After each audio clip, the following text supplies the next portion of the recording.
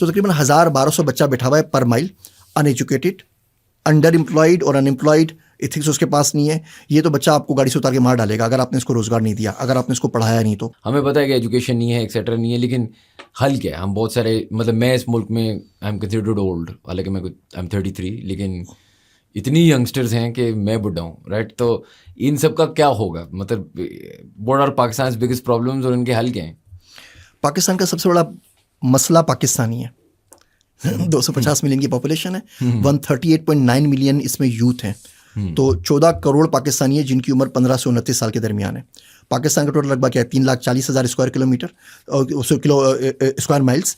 तो 3,40,000 माइल के ऊपर आप डिवाइड करें 14 करोड़ को, तो 411 बच्चा बनता है पर माइल। उसमें भी अर्बन रूरल नहीं कह रहा है, कैलाश में लोग कम होंगे, इंडिया पाकिस्तान में ज़्यादा, इसमें लाहौर कराची में ज़्यादा होंगे। इस बच्चों को आपको पढ़ाना है और इस बच्चों को बाहर एक्सपोर्ट कर दीजिए।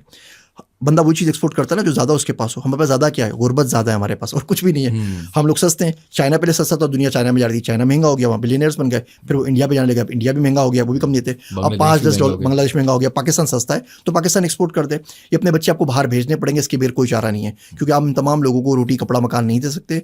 ये आपके मुल्क में रहेंगे तो बड़ा मसला करेंगे। आप कहते हैं जी आप स्किल नहीं करना, AI नहीं पढ़नी, तो अगर आप स्किल करके बाहर चले जाएँ तो बहुत ज़्यादा बेहतर है, बजाय इसके कि कुछ ना पढ़ के मुल्क के अंदर रह जाएँ तो कितना नुकसान पहुँचाएंगे। तो इन यूथ के ऊपर हमने काम करना है, और कोई भी इनिशिएटिव, कोई भी ऐसा प्रोजेक्ट, कोई भी ऐसा काम जो इस यूथ को डायरेक्ट नहीं कर रहा, इस 14 करोड़ के यूथ बल्ज को, एक टिकिंग टाइम बम को एड्रेस नहीं कर रहा, उसका कोई फायदा नहीं है। और ये यूथ को बाहर, आपको लगता है कि मिलियंस में भी जाएं तो ब्रेन ड्रेन का कोई इशू नहीं है? बेहतर है कि निकलें, क्योंकि एटलीस्ट फॉरेन रेमिटेंस आएगा और कुछ ना कुछ इसका सिस्टम चलता रहेगा? या आपको लगता है कि यहाँ बैठ के बिजनेसेस खड़ी करें ताकि पाकिस्तान के अंदर पैसा है?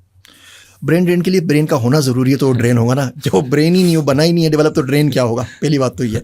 दूसरी बात देखिए, हम लोग 8 मिलियन पाकिस्तानीज़ हैं जो एक्सपर्ट हैं, $25 बिलियन का आपको रेमिटेंस भेजते हैं, तो एवरेज तकरीबन $3,000-3,100 बनते हैं पर पाकिस्तानी जो रेमिटेंस भेज रहा है। आप इंडिया से कंपेयर करें तो इंडिया के पास $100 बिलियन आता है, उसके 17 मिलियन है, तो तकरीबन डबल उनका है हमारे से, क्योंकि वो अच्छी पोस्ट के ऊपर जाते हैं।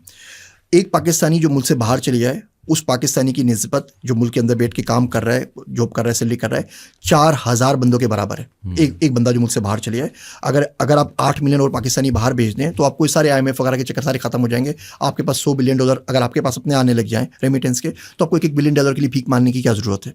तो बाहर जाना बड़ा ज़रूरी है, और उसको भेजने के बाद भी 8 मिलियन भेज देंगे तो भी आपके पास 6-8 मिलियन बच गया ना यहाँ पर। और जिस तरह आबादी बढ़े तो 8 मिलियन और प्रोड्यूस हो चुका होगा, तब तक वो लोग बाहर जाएंगे, तो उनको आप बिल्कुल बाहर भेज दीजिए, पहली बात। दूसरी बात, पाकिस्तान में इंफ्रास्ट्रक्चर नहीं है, पाकिस्तान में लोकल IT की खपत ही नहीं है। पाकिस्तान में मेरा यूट्यूब का चैनल बंद हुआ, लोगों ने यूट्यूब चैनल बन के अपना यूट्यूब खोलना है, भाई कहाँ खोल लूँ? पाकिस्तान में बिजली नहीं आ रही तो डेटा सेंटर कहाँ लगाऊंगा? बिजली के जो रेट है वो कहाँ पर लगाऊंगा? तो जब तक वो इंफ्रास्ट्रक्चर नहीं है, वो बिजनेस उस लेवल पे स्केल नहीं कर सकता।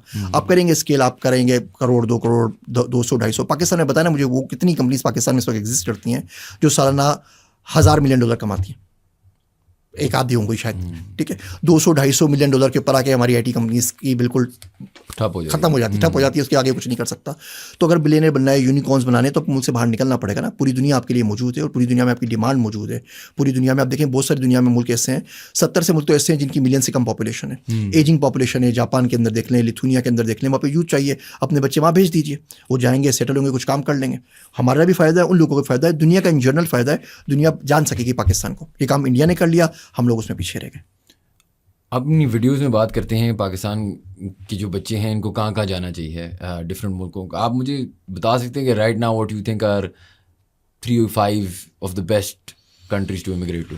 अगर ग्रो करना है और आप कम्पिटिटिव इनफ हैं, तो अमेरिका से अच्छा दुनिया इस वक्त मुल्क दुनिया में कोई भी नहीं है। और मैं 124 मुल्क घूमने के बाद आपको बता रहा हूँ, 123 से भी मराकेश में पूरा घूमता हुआ है, 124 हो गए, इससे अच्छा कोई नहीं है। इसके अलावा आप छोटे मुल्कों में जाएं, जहाँ कोई नहीं आता, स्लोवानिया में चले जाएँ, वहाँ O2 है जिसमें टेलीनोर है, पागलों की तरह हायर कर रही हैं, टेलीकॉम इंजीनियर्स हमारे पास भरे पड़े हुए हैं, कंपनीज बंद हो रही है, वहाँ पे चले जाएँ। लिथुनिया चले जाएँ, ईस्टर्न यूरोप में चले जाएँ, रशिया चले जाएँ, पैराग्वे चले जाएँ, मडगास्कर चले जाएँ, पूरी दुनिया खुली हुई है। हम बात ही नहीं करते, आधी से ज़्यादा दुनिया में तो हमारा कोई कॉन्सुलेट या कोई कल्चरल अताशी तक नहीं है। मुशर्रफ साहब वो वाहिद हमारे थे पाकिस्तान के सदर जो ब्राज़ील गए थे। साउथ अमेरिका में इसके अलावा कोई पाकिस्तान का लीडर आज तक गया ही नहीं। क्यूबा से हम लोग बात नहीं करते, साउथ अमेरिका पूरा हमने छोड़ा हुआ है, पता नहीं क्यों नहीं बात करते। एम्बेसी लिथुनिया में हमारी कोई एम्बेसी नहीं है, लेटविया के अंदर अभी वो यूक्रेन पाइपलाइन की जो ट्रांसफर हुई थी तो वो लेटविया के अंदर आ गई। इस्टोनिया नहीं है, लिथुनिया के पास नंबर 1 लेज़र टेक्नोलॉजी है, फिंगरप्रिंट में नंबर 1 है दुनिया के अंदर। बहुत सारी टेक्नोलॉजी हम वहाँ से यहाँ पे इंपोर्ट कर सकते हैं, बच्चे बाहर भेज सकते हैं। ड्रोन्स के ऊपर आपने जाना है, आप रशिया भेज दीजिए, पूरे मुल्क से आप बात करें। जैसे लाइव एक्सपो होता है ना, तो मेरा दिल चाहता है पाकिस्तान में लाइव एक्सपो करूँ जिंदाबाद के नाम से, उससे सारे एम्बेसडर्स को बुलाऊँ, बड़ी बड़ी कंपनीज को बुलाऊँ, बोलूँ यहीं इंटरव्यू करो, यहीं वीज़े लगाओ और यहीं से बच्चों को ले जाओ। तो ये जहाज़ भर के भी अगर भेजे ना बच्चे तो बहुत ज़्यादा आसानी है। और वो सारे वीज़ा हैं इस वक्त इंडियंस के लिए, अगर वो H1B के ऊपर आए तो ग्रीन कार्ड का वेटिंग पीरियड 92 ईयर्स का है। इतने भेज दिए उन्होंने, 92 ईयर्स का। 7% कोटा होता है एक कंट्री का। पिछले 75 सालों में पाकिस्तान आज तक अपना कोटा मीट नहीं कर सका है, कोई जाता ही नहीं है, अप्लाई नहीं करते। अमेरिका में पढ़ना मुश्किल नहीं है, 3 ऐप हैं, कॉमन ऐप है, क्विज ब्रिज है, कोलिशन पार्टनर है। आप जमा करवाएं, आप 600 कॉलेज में अमेरिका के एक एप्लीकेशन से अप्लाई कर सकते हैं बैचलर्स के लिए। क्लिक करें, आपका अप्लाई हो जाएगा। उसके बाद आपकी सिलेक्शन हो जाती है, आप वहाँ पे चले आएँ, 10-12 हज़ार डॉलर फीस है, वहाँ पे आपको फाइनेंशियल ग्रांट्स भी मिल जाती है।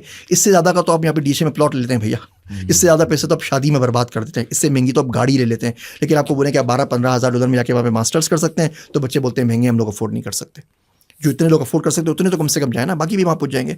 स्कॉलरशिप से गवर्नमेंट को चाहिए स्कॉलरशिप्स दें।